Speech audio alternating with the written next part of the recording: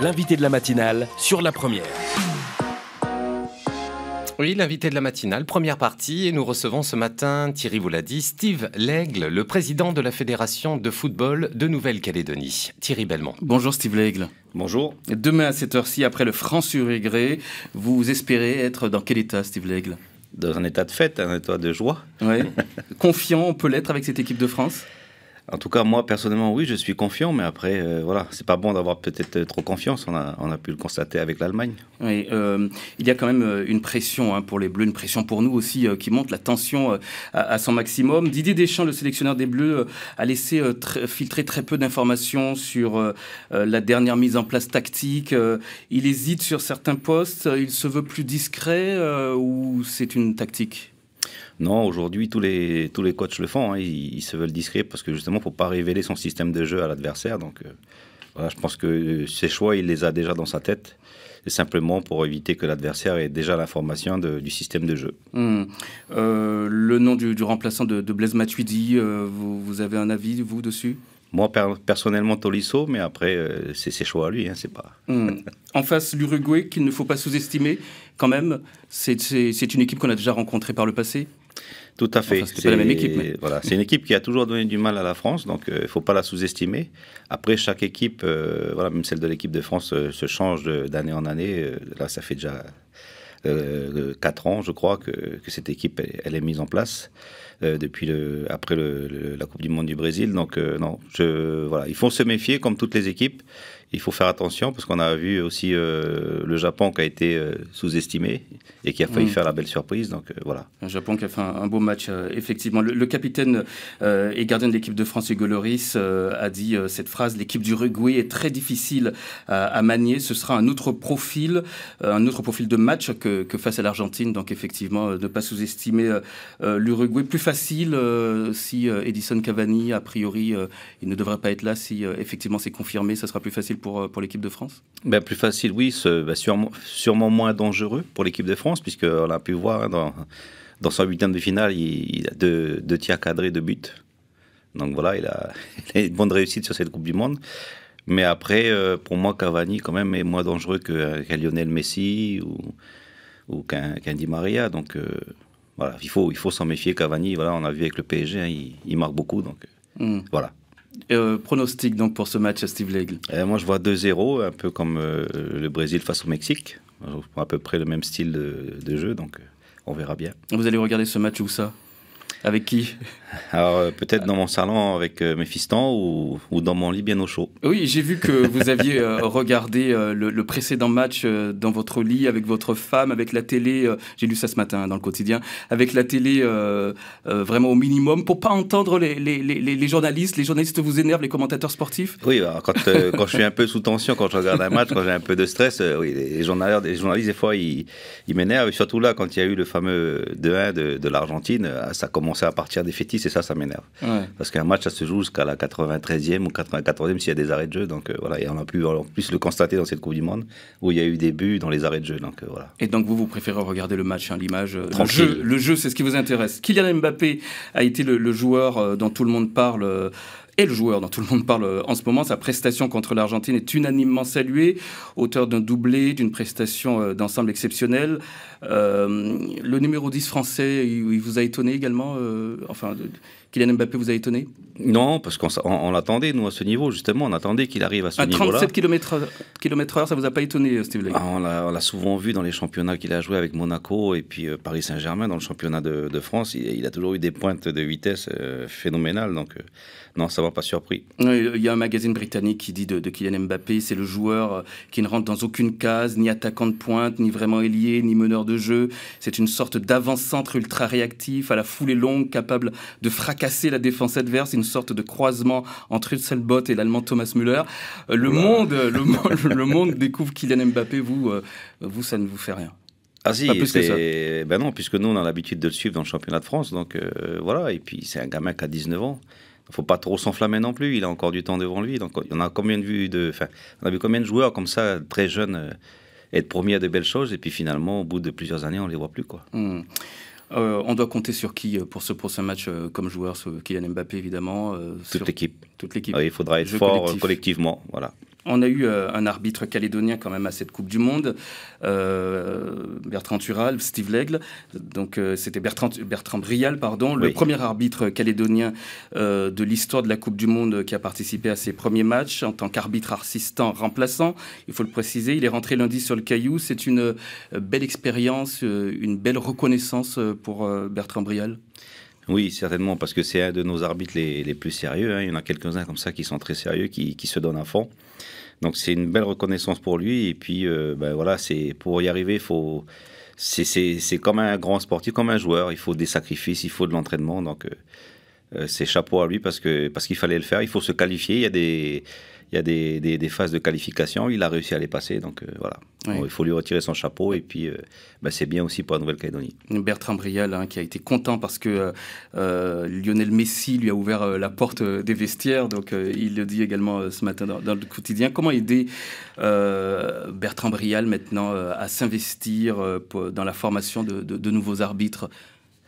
Eh ben, il a envie de s'investir, mais bon, pour le moment, il veut se concentrer sur son arbitrage. C'est normal, il a envie de se qualifier pour une prochaine Coupe du Monde, même les futurs jeunes U17 ou U20, donc on va le laisser dessus. Mais on sait très bien que nous, à la commission d'arbitrage, on peut compter sur lui quand on a besoin de lui dans les formations pour venir partager son expérience en tant qu'arbitre. Eh bien, il est toujours disponible. C'est un garçon très disponible et on l'en remercie pour ça. Est-ce qu'il faut un coup de pouce aujourd'hui pour aider des Calédoniens à s'investir dans la pratique de l'arbitrage? Oui, et peut-être si Bertrand, là-dessus, l'image qu'il a rendue peut nous aider parce qu'on a un arbitrage quand même vieillissant et puis on a besoin de jeunes à l'arbitrage. Et l'arbitrage, souvent, même quand on voit les arbitrages professionnels, c'est pas attirant parce que c'est quand même quelque chose de difficile d'arbitrer. Donc voilà, j'encourage moi la jeunesse à s'intéresser à l'arbitrage. La jeunesse à s'intéresser à l'arbitrage, c'est pas facile quand même. Hein. Cette discipline, beaucoup de violence, on l'a vu par le passé, même en Calédonie, pas de budget non plus. C'est ce qui était reproché, n'est consacré au développement de la pratique. Il y a vraiment du travail de sensibilisation pour lutter contre cette violence et puis pour développer cette pratique. Tout à fait. Et puis là, nous, depuis notre mandature, on essaie de développer l'arbitrage, on essaie de mettre du budget, on essaie de faire des formations. On a fait déjà un premier constat sur le niveau de nos arbitres qui officient tous les week-ends.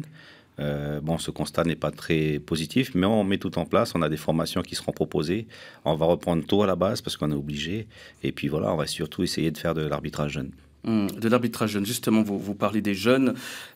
Steve Lègle, les jeunes joueurs, comment aujourd'hui vous en faites une priorité à la fédération ? Alors tout à fait. Alors, les jeunes joueurs, on en fait une priorité. Déjà, nous, par rapport à notre rôle, c'est les sélections. Donc c'est déjà mieux les préparer dans les compétitions. Là, on a les qualifications avec les U16 et les U19 qui vont partir. Donc une bonne préparation. On essaie aussi de mettre en place, et là c'est pas évident par rapport au centre de formation OFC, avec les difficultés qu'on a connues à l'OFC, de mettre les formations, mais voilà, de proposer le plus de formations possible aux entraîneurs, parce qu'on sait très bien qu'un club avec des entraîneurs formés, forcément les jeunes seront mieux encadrés, seront mieux préparés à jouer plus tard en senior. Donc voilà, c'est la préparation, c'est d'essayer de les motiver par le biais des sélections aussi, parce qu'on a vu la Coupe du Monde du 17. Notre première participation à une Coupe du Monde, ça a fait une espèce d'effet de vague, de masse, où la jeunesse est revenue un peu sur les terrains, et ça, c'est très bien. Oui, il y a donc du potentiel ici en Calédonie, on n'en doute pas. Comment quand même continuer à les suivre jusqu'au plus haut niveau? C'est peut-être ce qui manque aussi, Steve Lègle.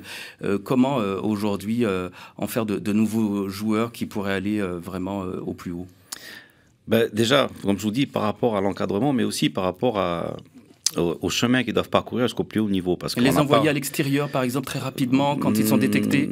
Très rapidement, quand ils sont détectés, oui, mais il faut faire attention. Aujourd'hui, même la DTN de la 3F nous a tiré une sonnette d'alarme parce que justement, il y a un genre on va dire de marchandage, j'aime pas ce mot, mais voilà, de jeunes espoirs, de futurs espoirs, et qui, une fois qu'ils ne donnent pas satisfaction en métropole, sont relâchés comme ça dans les rues et débrouillez-vous à rentrer chez vous, quoi. Donc il faut vraiment faire attention à ça, prendre le temps de les former et puis surtout de leur expliquer qu'est-ce que c'est que le haut niveau, parce que nous ici on n'est pas habitués à ça. Donc voilà, vraiment prendre le temps, et puis on est en train de travailler voir avec la Maison de la Calédonie, pourquoi pas une convention pour passer avec la Maison de la Calédonie et par la DTN nationale française pour faire, on va dire, un chemin vers le haut niveau plus sécurisé. Plus sécurisé. On continue à parler des jeunes dans le football avec le président de la Fédération calédonienne. Steve Legge est avec nous. On parle en seconde partie de la Coupe d'Océanie féminine de football, également qui se prépare activement. De nous donner vos pronostics, notamment pour ce match qui sera diffusé chez nous sur la première à 1h du matin. C'est ça, oui. Demain, enfin cette nuit. Cette nuit, oui. Voilà, 18 novembre, 1er décembre, Steve Legge, il y aura un événement exceptionnel en Nouvelle-Calédonie. De quoi s'agit-il? Oui, c'est une première. On va accueillir la Coupe des Nations féminines.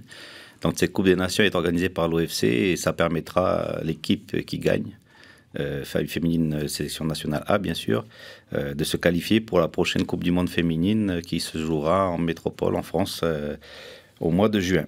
Oui, donc c'est un super événement avec pas mal de nations d'Océanie, une organisation qui prend de l'ampleur phénoménale également ici. Hein. Oui, c'est un gros travail d'organiser ce genre de tournoi. On l'a déjà fait par le passé avec l'aide des deux clubs de Magenta et Yengen pour la Ligue des Champions. C'est à peu près le même type d'organisation, donc on fera appel certainement à des personnes, surtout des filles, qui seraient bénévoles à nous aider à organiser cette superbe compétition. Oui, on l'oublie très souvent, mais dans le football, il y a un bénévolat qui encadre les joueurs et qui encadre cette discipline et dont il faut dire deux mots également, un bénévolat et qui est essentiel à la pratique du football en Nouvelle-Calédonie. Qui est essentiel et qui malheureusement s'essouffle du fait que c'est de plus en plus difficile de gérer, donc on peut leur tirer leur chapeau à tous ces présidents et ces dirigeants de club. C'est difficile de gérer un club du fait que les subventions malheureusement diminuent comme toutes les subventions. Le football féminin, une discipline en plein essor à travers le monde et en Nouvelle-Calédonie, et ça ne se dément pas non plus. Non, c'est de mieux en mieux. On a un très bon pourcentage. Parmi nos licenciés, on a quand même 11% de nos licenciés qui sont féminines. Quand on compare à la métropole par rapport au nombre de licenciés, il y a 1,5%. Donc c'est pas rien, et 4,5% pour l'OFC. Et c'est combien de licenciés football ici en Nouvelle-Calédonie, tous sexes confondus? Tous sexes confondus, on est à 10 730. C'est le premier sport de Nouvelle-Calédonie. Oui, c'est le sport roi en Nouvelle-Calédonie. Et là, vous attendez combien d'équipes pour ce tournoi, donc cette Coupe des Nations, et combien de joueuses vont faire le déplacement? Donc on attend 7 équipes, et c'est en général des délégations de 20 à 23 personnes. Après, il n'y a que la Nouvelle-Zélande, en général, qui se déplace à 26 ou 28. Je vous rappelle qu'on attend vos questions. Hein. Si vous le souhaitez, vous pouvez intervenir au 258-258. Chez les filles, justement, comment aujourd'hui mieux encadrer, on a parlé des jeunes tout à l'heure, on va y revenir, comment mieux encadrer les joueuses de football calédoniennes, comment les booster davantage? Eh bien, encourager les clubs, tout simplement, qui ne sont pas exclusivement féminines, les clubs qui sont tout plus tournés vers les garçons, d'ouvrir une section féminine et de mettre surtout un éducateur qui va encadrer ces jeunes filles. Voilà, de pousser l'encadrement et aussi motiver les jeunes filles ou les femmes ou les anciennes footballeuses de passer leur diplôme d'entraîneur et de prendre en main ces jeunes filles puisqu'elles sont passionnées de foot. Et ça, en tant que président de la fédération, vous le dites au club. Je vous pose cette question parce qu'on a eu une enquête il y a quelques mois sur le football calédonien. Hein. Vous avez entendu parler probablement, enquête faite par nos journalistes sportifs de la rédaction. Et il y avait Charlotte Pelletier qui pratique le ballon rond depuis 2005, très investie comme joueuse, comme arbitre encadrante, et qui disait justement que les filles étaient quelque peu délaissées en Nouvelle-Calédonie. Elle le regrettait un peu. Hein. Oui, tout à fait, c'est ce que je venais justement de dire. Et puis nous, depuis 2016, on a essayé de mettre l'effort de remettre en place les sélections, de remotiver, de traiter les sélections féminines au même titre que les sélections masculines. Et d'ailleurs là, pour ce faire, on n'a pas hésité à postuler pour accueillir cette compétition, pour redonner justement un coup de boost au football féminin. Et puis de motiver des filles comme Charlotte à passer leur diplôme et puis à leur donner tout ce qu'il faut pour qu'elles puissent s'épanouir. La création de l'Académie féminine de football qui ouvrira ses portes en 2019, ça aussi, c'est ça aussi, pas mal. On est en train de travailler dessus. Donc voilà, comme quoi on essaie de tout mettre en place justement pour pallier à ce manque qu'il y a eu depuis des années. Vous avez parlé de 7 équipes donc, qui vont nous rendre visite, donc 8 avec la Nouvelle-Calédonie. Ça veut dire qu'il y aura concrètement dans l'organisation de cette compétition du 18 novembre novembre au 1er décembre. Il y aura 2 groupes, hein, c'est bien ça? 2 poules, oui. 2 poules de 4. Et ensuite, j'imagine les 2 premières équipes qui sortiront pour les demi-finales. Voilà. C'est comme ça que donc ça va. Il y aura 2 poules de 4. On a essayé d'organiser une poule sur Koné, dans le Nord. Oui, donc les gens du Nord verront aussi. Voilà, des matchs, on a essayé de faire en sorte que tout le monde puisse voir pour aider au développement. Et une poule sur Nouméa. Et ensuite, on essaie de voir, c'est toujours un projet, on va voir, qui est pour l'instant validé par l'OFC, une demi-finale sur Lifou, une demi-finale sur Marie. On aimerait bien faire ce projet, mais après, il faut savoir que tous les déplacements intérieurs sont à la charge de la fédération qui accueille. Donc, on essaie de voir, on cherche justement, voilà, on passe ce message, on cherche des partenaires qui peuvent nous aider pour ce projet, parce que voilà, c'est un beau projet. Et puis, qui n'hésitent pas à nous appeler s'ils ont envie de mettre la petite pièce, comme on dit. La finale à Numadélé, c'est ça Et la finale à Numadélé. Et vous cherchez donc des sponsors pour cette Coupe d'Océanie féminine de football qui se déroulera, on le rappelle, du 18 novembre au 1er décembre. Steve Legge, à vous entendre, on comprend qu'il y a un effort à mener sur l'encadrement des clubs. Ça fait défaut ici? Oui, c'est pas que ça fait défaut, c'est d'essayer de remotiver la machine, puisqu'il y a eu à un moment donné des formations, et puis après, plus souvent, les clubs fonctionnent avec des personnes bénévoles et qui souvent n'ont pas de diplôme. Donc c'est ces jeunes-là qui donnent du temps pour encadrer les plus jeunes, de les motiver à passer leur diplôme, parce que voilà, un diplôme, c'est pas qu'un bout de papier, c'est aussi, on leur apprend aussi une méthodologie. Donc voilà, c'est les encourager à eux aussi se professionnaliser, et puis voilà, dire à partir du moment où vous avez un BMF, vous pouvez avoir un petit salaire. Donc c'est quand même pas négligeable. Donc voilà. Un mauvais encadrant, c'est évidemment pas bon pour les jeunes footballeurs. Il y a eu cette enquête dont je vous parlais il y a un instant et qui disait notamment que dans le Sud, des entraîneurs avaient relevé des anomalies, des jeunes qui évoluaient dans plusieurs catégories, certains clubs qui ne cherchaient pas à construire différentes équipes, ils se contentaient juste de remplir des cases pour ne pas être sanctionnés en équipe junior, des déplacements qui se faisaient également moins nombreux dans la plus basse de ces divisions. Des clubs qui subissent de lourds revers depuis plusieurs saisons chez les jeunes. Donc voilà, donc il y a vraiment du travail effectivement à mener chez les jeunes. Oui.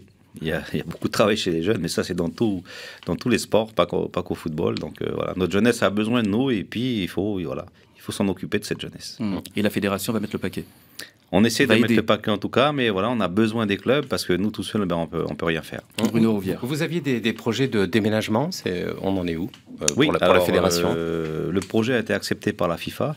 Maintenant, le temps d'avoir le permis de construire, ça prend du temps, et donc normalement début 2019, on devrait commencer les travaux. Donc on déménagerait sur Païta, au centre technique. Très bien.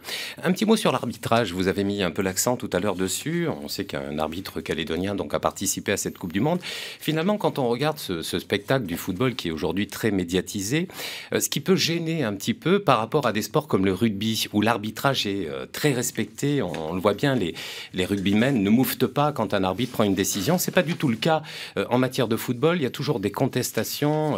Ça vous gêne pas un peu, ça ternit pas un peu l'image du football, finalement? Si, tout à fait, parce que voilà, malheureusement, comme on le disait tout à l'heure, l'arbitrage, c'est pas une fonction facile dans une partie de football.